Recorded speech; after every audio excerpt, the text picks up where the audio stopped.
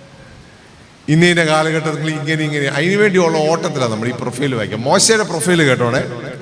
അപ്പോസ്തല പ്രവൃത്തികൾ 7:22 സകല ജ്ഞാനവും അഭ്യസിച്ച് വാക്കിലും പ്രവൃത്തിയിലും സമർത്ഥനായി. മിഷൻ തുടങ്ങിയപ്പോൾ മോശ പറഞ്ഞ എന്നാ, ഞാൻ തടിച്ച നാവുള്ളവനാണ്, ഞാൻ വിക്കുള്ളവനാണ്, എനിക്ക് സംസാരിക്കാൻ പറ്റാത്തതുകൊണ്ട് എൻ്റെ സഹോദരൻ അഹ്റോനെ കൂടെ തരണമെന്ന് പറഞ്ഞ അവനെ കുറിച്ച് പുതിയ നിയമ എഴുത്തുകാരൻ പറഞ്ഞിരിക്കുകയാണ്. ലൂക്കോസ് പറയാണ്, സകല പ്രവൃത്തിയിലും വാക്കിലും സകല ജ്ഞാനം അഭ്യസിച്ച് സമർത്ഥനായി തീർന്ന മോശ. ആവർത്തന പുസ്തകം 33 പറയാ ദൈവപുരുഷനായ മോശ. സംഖ്യാപുസ്തകം 12:13 പറയാണ് ഭൂതലത്തിലുള്ള സകല മനുഷ്യരിലും അതിസൗമ്യൻ ആയിരുന്നു. മോശയെ ദൈവം വിളിച്ച് അടുപ്പിച്ച് അടുത്തോട്ട് വന്നപ്പോൾ ഈ കൂടെ നിന്നവർ പറഞ്ഞടാ, നിന്റെ വേലയൊന്നും പ്രസംഗമൊന്നും ഇവിടെ വേണ്ട, നല്ല പ്രസംഗ, ഈ മാനസാന്തരമൊന്നും ഞങ്ങളോട് വേണ്ട. കാര്യന നീ ചില ദിവസം മുമ്പ് കാണിച്ച ഞങ്ങൾ കണ്ട എന്താ, ഈ മിസ്രൈമിനെ അടിച്ച് കൊന്ന് മണലിൽ പൂഴ്ത്തി നിന്റെ അധിക പ്രസംഗം ഇങ്ങോട്ട് വേണ്ട എന്ന് ആരോട് പറഞ്ഞു? ആ മോശയെ കുറിച്ചാണ് സംഖ്യാപുസ്തകം 12-ാം അധ്യായത്തിന് 3-ാം വാക്യത്തിൽ പറയാണ് ഭൂതലത്തിലുള്ള സകല മനുഷ്യരും അതിസൗമ്യനായി. പണി തുടങ്ങുന്നതിന് മുമ്പ് അവർ രൗദ്രഭാവമുള്ളവരായിരുന്നെങ്കിൽ ദൈവം വിളിച്ചാക്കിയപ്പോൾ അതിസൗമ്യനാണ്. ഇനി ആവർത്തന പുസ്തകം 34 തന്നെ പറയുന്നുണ്ട്, യഹോവയെ അഭിമുഖമായി അറിഞ്ഞ മോശയെ പോലെ ഒരു പ്രവാചകൻ ഇസ്രായേലിൽ ഉണ്ടായിരുന്നില്ല. ഇങ്ങനെയുള്ള മോശയെ കുറിച്ച് 34-ാം അധ്യായത്തിൽ ഇങ്ങനെ പറയുന്നു, 120-ാം വയസ്സിൽ മരിച്ചു, കണ്ണു മയങ്ങാതെയും ദേഹബലം ക്ഷയിക്കാതെയും ഇരുന്നു. എത്രാമത്തെ വയസ്സിൽ? ഞാനിപ്പോഴേ കണ്ണാടി വെച്ചിരിക്കുക. 120-ാം വയസ്സിൽ കണ്ണു മങ്ങാത്തവൻ, നല്ല കായിക ക്ഷമതയുള്ളവനായിരുന്നു. ആര്? മോശ. പക്ഷേ മോശ അളന്ന അളവ് കൊണ്ടല്ല ദൈവം ആരെ അളന്നത്? മോശയാണ്. കണ്ണാൽ കാണും, ഞാൻ നിന്റെ സന്തതിക്ക് കൊടുക്കുന്ന സത്യം ചെയ്ത ദേശം ഇതാ, പക്ഷെ നീ എവിടെ കയറത്തില്ല? വാഗ്ദത്ത നാടായ കനാനിൽ കയറത്തില്ല. പ്രിയമുള്ളവരെ, ഇതിൽ തട്ടി നമ്മൾ വീഴൽ. നമ്മളെ കുറിച്ച് ഇന്ത്യയുടെ പ്രസിഡന്റ് ആയിരുന്ന ആള് പറഞ്ഞെങ്ങനെയാ, very ordinary people with extraordinary claims. വളരെ സാധാരണപ്പെട്ട മനുഷ്യരാണ് ക്രിസ്ത്യാനികൾ. എത്ര ശതമാനമുണ്ട്? അന്ന് 3.5 ഉണ്ടായിരുന്നു, ഇന്ന് 3.25 ഉള്ളൂ. പക്ഷെ പറയുന്ന പൊക്കൊക്കെ തരമോ? But extraordinary claims. ഒരു മനുഷ്യൻ പറയാത്ത അവകാശവാദങ്ങൾ പറയുന്നവരാണ് ആര്? രാജേന്ദ്ര പ്രസാദ് നമ്മളെ കുറിച്ച് പറഞ്ഞു. അങ്ങനെയുള്ളവരാണ് ആരെന്നാ പറഞ്ഞേ? ക്രിസ്ത്യാനി. ഇപ്പൊ 158 358 ആയാലും നമ്മൾ ഈ പൊങ്ങച്ചം പറഞ്ഞുകൊണ്ടിരിക്കുക. അതുകൊണ്ട് നമ്മുടെ അളവ് കൊണ്ട്, തൂക്കം കൊണ്ട് ഒന്നും നമ്മുടെ ആത്മീയമായ അനുഭവത്തെ ചെലവിടാനായിട്ട്. എന്ന് ഞാൻ നിങ്ങളോട് പറയാം, എങ്ങനെ അളക്കാൻ പറ്റും? ഗുണപരമായി ദൈവത്തോടുകൂടെ സമയം ചിലവെടുക്കുന്നതിന്റെ അടിസ്ഥാനത്തിൽ നമ്മൾ വളരുന്നുണ്ടോ എന്നറിയാം. Spending quality time alone with God. ഒരു കാര്യം കൂടി ചോദിച്ചോട്ടെ, നിങ്ങൾ പ്രാർത്ഥിക്കുമ്പോൾ എത്ര സമയം പ്രാർത്ഥിക്കും? എത്ര സമയം പ്രാർത്ഥിക്കും? അതെത്ര ആയാലും അടുത്ത ചോദ്യം, നിങ്ങൾ പള്ളി പ്രാർത്ഥിക്കുന്ന പ്രാർത്ഥനയ്ക്കാണോ നീളം കൂടുതൽ? കുടുംബത്തിൽ പിള്ളേരോടൊപ്പം പ്രാർത്ഥിക്കുന്ന പ്രാർത്ഥനയ്ക്കാണോ നീളം കൂടുതൽ? അതോ ഒറ്റയ്ക്കിരുന്ന് പ്രാർത്ഥിക്കുന്ന പ്രാർത്ഥനയുടെയാണോ നീളം കൂടുതൽ? മനസ്സിലായോ? ഒരു ദൈവവൈതലിന് 3 തരത്തിലുള്ള പ്രാർത്ഥന ഉണ്ടാവണം. 1 ഫാമിലി പ്രെയർ ഉണ്ടാവണം, 2 പേഴ്സണൽ പ്രെയർ ഉണ്ടാവണം, 3 കമ്മ്യൂണിറ്റി പ്രെയർ ഉണ്ടാവണം. കൂടുമായി എൻ്റെ ചോദ്യം, നമ്മൾ പ്രാർത്ഥിക്കുമ്പോൾ ഏറ്റവും സമയമെടുത്ത് ദൈർഘ്യമേറി പ്രാർത്ഥിക്കുന്ന എവിടെയാ? ഞാൻ പ്രാർത്ഥിക്കുന്നത് തനിച്ചാ, നല്ല മനുഷ്യരാ, സന്തോഷം. പക്ഷെ ഞാൻ പ്രാർത്ഥിക്കുന്നപ്പോൾ ഏറ്റവും കൂടുതൽ പ്രാർത്ഥിക്കുന്നത് മറ്റുള്ളവർക്ക് വണങ്ങേണ്ടതിന് പൊതുവെ പ്രാർത്ഥിക്കുമ്പോഴാണ്. ഞാൻ ഇന്ന് പേഴ്സണൽ പ്രെയർ നല്ലോണം പ്രാർത്ഥിക്കണം പറഞ്ഞിരിക്കുമ്പോഴാണ് ഇന്നലെ വായിച്ച ആ വാട്സാപ്പിൻ്റെ ബാക്കി ഓർമ്മ വരുമ്പോൾ എൻ്റെ പ്രാർത്ഥനയുടെ നീളം 2 മിനിറ്റ് ആകും. ഞാൻ പ്രാർത്ഥിക്കണം എന്ന് പറഞ്ഞിരിക്കുമ്പോഴാണ് ഫോൺ അടിച്ചോ എന്നൊരു ചിന്ത വരുമ്പോൾ എൻ്റെ പ്രാർത്ഥനയ്ക്ക് 45 സെക്കൻഡേ കാണത്തുള്ളൂ. ഞാൻ ഇന്ന് തീരുമാനിച്ചു നീളത്തിൽ ഞാൻ പ്രാർത്ഥിക്കുമെന്ന് പറയുമ്പോഴാണ് പത്രക്കാരൻ വരുന്നത്. അപ്പോഴാണ് പാലുകാരൻ പൈസയ്ക്ക് വരുന്നത്. ശരിയാണോ? സത്യം പറ, നെഞ്ചത്ത് കൈവച്ച് പറ. നിങ്ങൾ പേഴ്സണൽ പ്രയറിനാണോ പിള്ളേരുടെ മുമ്പിലാണോ കൂടുതൽ പ്രാർത്ഥിക്കുന്നത്? അതിനേക്കാൾ കൂടുതൽ ഇടവ് മിഷൻ വരുമ്പോഴാണ്. എൻ്റെ കാര്യം പറഞ്ഞാൽ ഞാൻ ഇടവ് മിഷൻ വരുമ്പോഴാണ് കൂടുതൽ പ്രാർത്ഥിക്കുന്നത്. കാര്യം എന്നാ? എൻ്റെ പ്രാസം ഒപ്പിക്കണം, എൻ്റെ വാചനഘടന നല്ലതാകണം. ദൈവം പറയാ, രഹസ്യത്തിൽ കാണുന്ന വാതിലടച്ച് അറയിൽ കടന്ന് രഹസ്യത്തിൽ പ്രാർത്ഥിക്കുന്ന പ്രാർത്ഥനയാകണം നിങ്ങളുള്ളത്. ദൈവത്തോടുകൂടെ ഗുണപരമായി സമയം ചിലവിടുന്നതിന്റെ അടിസ്ഥാനത്തിലാണ് നമ്മുടെ ആത്മീയ വളർച്ച അളക്കുന്നത്. ആണോ? ആഗ്രഹമുണ്ട് എനിക്ക്, പക്ഷേ പറവ വന്ന് വീഴുകയും മുള്ളിനിടയിൽ വീണതാകാൻ ഞെരിഞ്ഞു പോവുകയും ചെയ്യുന്നതുകൊണ്ട് എൻ്റെ വ്യക്തിപരമായി ഒറ്റയ്ക്കിരുന്ന് പ്രാർത്ഥിക്കുന്ന സമയം കുറവാണ്. അത് അപകടമാണ്. മറ്റേൻ്റെ പേരിന പ്രകടനപരവതയാണ്.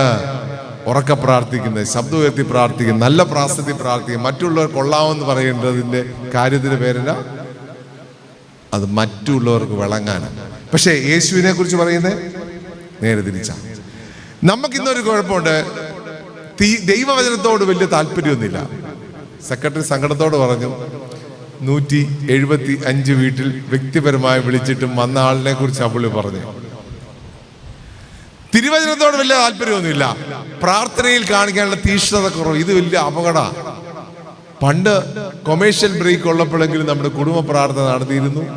ഇന്ന് TV-ക്ക് കൊമേഴ്ഷ്യൽ ബ്രേക്കിൽ TV വെക്കുന്ന വീടുകളുടെ എണ്ണം കുറഞ്ഞപ്പോൾ പ്രാർത്ഥിക്കാൻ നമുക്ക് തന്നെ ഇല്ല.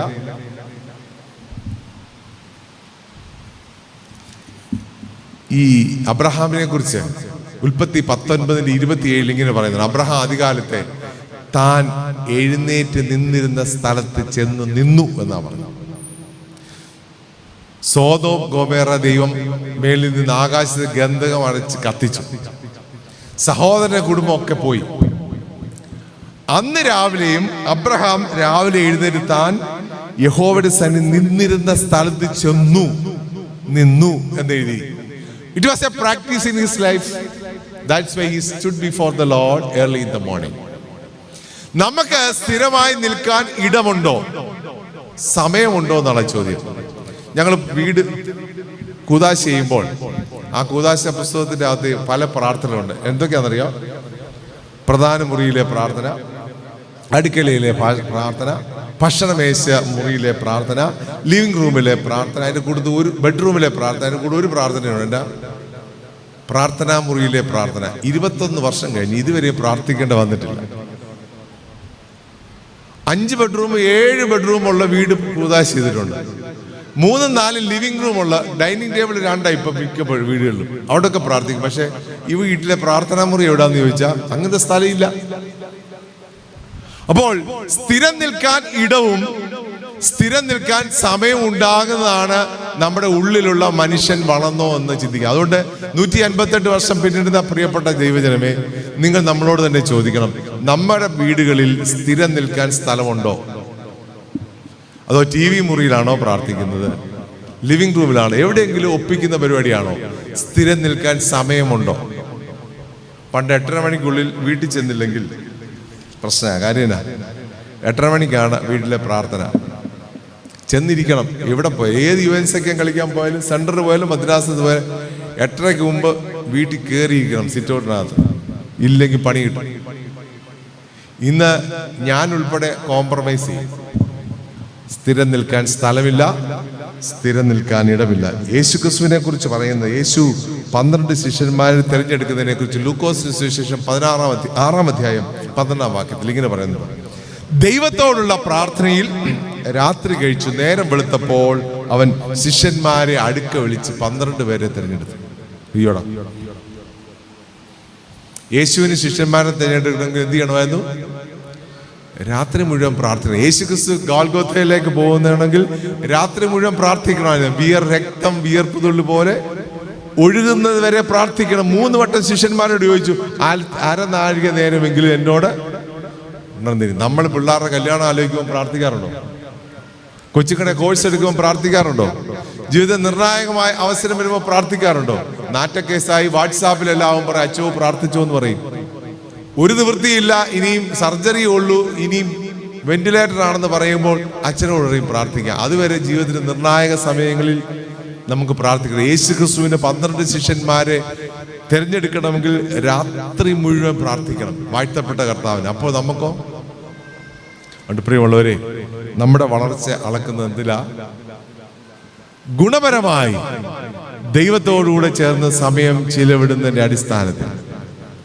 നമ്മുടെ വളർച്ച സംഖ്യ കൊണ്ടും ശാസ്ത്രം കൊണ്ടും അളവ് കൊണ്ടും ഒരു സ്കെയിൽ കൊണ്ടും അളക്കാൻ പറ്റാത്തപ്പോൾ ദൈവം നമ്മളോട് ചോദിക്കുക, are we growing with God's expectation? ദൈവം ആഗ്രഹിക്കുന്ന പോലെ ഈടവക 158 വർഷമായി വളർന്നിട്ടുണ്ടോ? വളർന്നു എന്നാണ് എന്റെയും നിങ്ങളുടെ അവകാശവാദമെങ്കിൽ തമ്പുരാൻ നമ്മളെ കണ്ടിട്ട് സാറ്റിസ്ഫൈഡ് ആണോ? ദൈവം നിങ്ങളെ കൊള്ളാം, നല്ലവനും വിശ്വസ്തനുമായ ദാസനെ. ഇല്ലെങ്കിൽ പറയും, 1 വർഷം കൂടെ നിട്ടേക്കട്ടെ, കിളയ്ക്കാം, വളമിടാം, കൊത്താം, കളമാറ്റാം, ശിഖരങ്ങളൊക്കെ പ്രൂൺ ചെയ്യാം. വെള്ളം ഒഴിച്ചാൽ ഫലം കായ്ച്ചു എങ്കിലോ. അപ്പൊ ദൈവം നമുക്ക് വേണ്ടി ഓരോ വർഷം കോവിഡ് വന്നപ്പോൾ ഞാനൊക്കെ പറഞ്ഞു, ഇനി ഓഡിറ്റോറിയത്തിൻ്റെ ഒന്നും ആവശ്യമില്ല, ചെറിയ കല്യാണം 100 പേര് 200 പേരുള്ളൂ. ഈ ദിവസങ്ങളെല്ലാം 2 ഓഡിറ്റോറിയം എല്ലാവരും ബുക്ക് ചെയ്തത്. താഴെ മേളിൽ ഒരുപോലെ 1500 2000 പേരുടെ കല്യാണം. ഇനി 10 കോടി വന്നാലും എഗെയിൻ ശങ്കർ നോൺ കോക്കനട്രി. നമ്മുടെ വാലൊരിക്കലും നേരെ ആകത്തില്ല. ആളുകൾ പറയാം, കോവിഡ് സമയത്ത് വലിയ ആഘോഷമായി നടക്കാൻ പറ്റാഞ്ഞ കല്യാണം നടന്ന പിള്ളേരുടെ മക്കളുടെ മാമോദിസ അതിനേക്കാൾ ആഘോഷമായി നടത്തുന്ന ഒരു കാലഘട്ടത്തിൽ ആഘോഷിച്ചു. സഭയ്ക്കും ഇടവുകൾക്കും ഓഡിറ്റോറിയംകാർക്കും കാശ് കിട്ടും, ഞാൻ അതിനെതിരല്ല. പക്ഷേ ഞാൻ പറഞ്ഞത്, ഗുണപരമായ മാറ്റം നമ്മളില്ല. കോവിഡ് മുമ്പും പിമ്പും എന്ന് യാതൊരു വ്യത്യാസമില്ല. എല്ലാം ഒന്നായി തീർന്നപ്പോൾ തമ്പുരാൻ നമ്മളോട് ചോദിക്കുക, എന്നാ വ്യത്യാസം? ഇന്ന് പള്ളി വന്നില്ലേ, കുർബാന കൊണ്ടില്ലേ, അനുതാപ പ്രാർത്ഥന പറഞ്ഞില്ലേ, കയ്യസൂരി കൊടുത്തില്ലേ, എന്നാ വ്യത്യാസം? ചൊല്ലുന്ന എനിക്കും കൊണ്ട നിങ്ങൾക്ക് എന്നാ വ്യത്യാസം? ഇല്ല